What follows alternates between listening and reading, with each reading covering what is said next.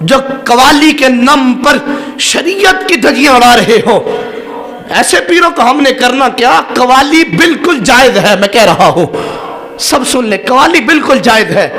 قوالی مبالغے کا لفظ ہے، ایک اشعار ہے نا جو ہم پڑھتے ہیں نعتیہ طرز میں، قوالی کہتے ہیں۔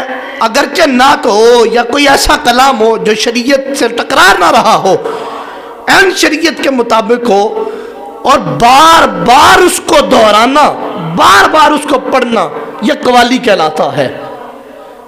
مبالغہ کا صیغہ ہے کہ بار بار جس شعر کو دہرایا جائے وہ قوالی کے زمرے میں آ جاتا ہے۔ اب قوالی کرنا بالکل جائز ہے۔ میں جن کا ذکر کر رہا ہوں ان کا نام خواجہ معین الدین چشتی اجمیری ہے۔ آج یہی لوگ سب کے سامنے واضح کرتے ہیں نا جی ہم تو چشتی ہیں، چشتی رنگ ہے جی، چشتیاں نے وچ پائی جانی قوالی ہونی۔ پہلے یہ تو سمجھو قوالی کہتے کسے ہیں؟ جس کو تم قوالی کہہ رہے ہو وہ قوالی نہیں ہے، وہ شریعت کی مخالفت ہو رہی ہے۔ تم کہتے ہو نہیں جی قوالی ہے، شعر پڑھے جا رہے ہیں، 7 طبلے بج رہے ہیں، 7 ستار بج رہے ہیں، 7 تالیاں بجائی جا رہی ہیں، یہ کون سی قوالی ہے؟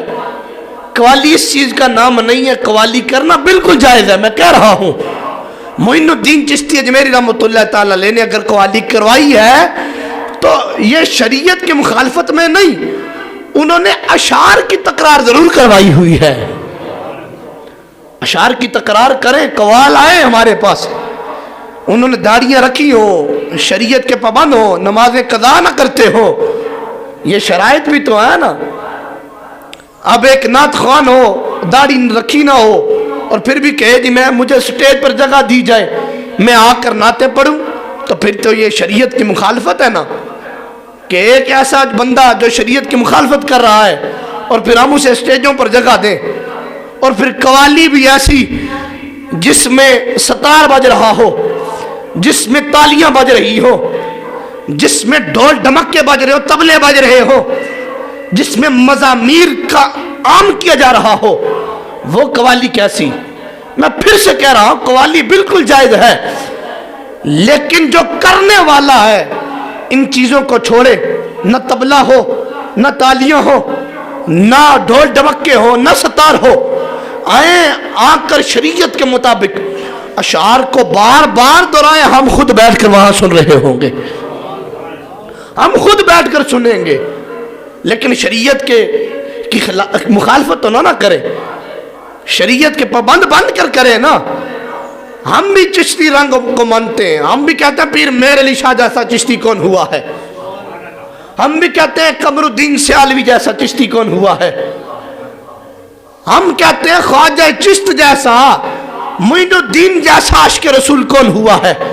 بتاؤ تو صحیح۔ قوالی کرنی ہے ہم بھی تمہیں کرائیں گے، ہم خود بیٹھ کر سنیں گے، لیکن بغیر مزامیر کے ہو۔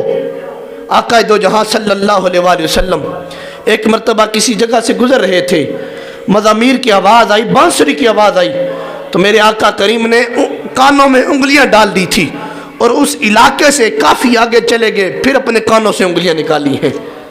یہ ہے شریعت مطہرہ، یہ ہے حضور کا عمل۔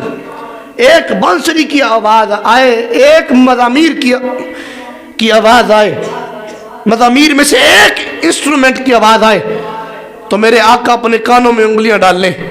لیکن آج ہم قوالی کے نام پر شریعت کی دھجیاں اڑا رہے ہو، آج ہم ڈھول ڈھمک کے بج رہے ہوں اور خود بیٹھ کر سن رہے ہوں، اور پیر سب کروا رہے ہیں، اس لیے جائز ہو گیا۔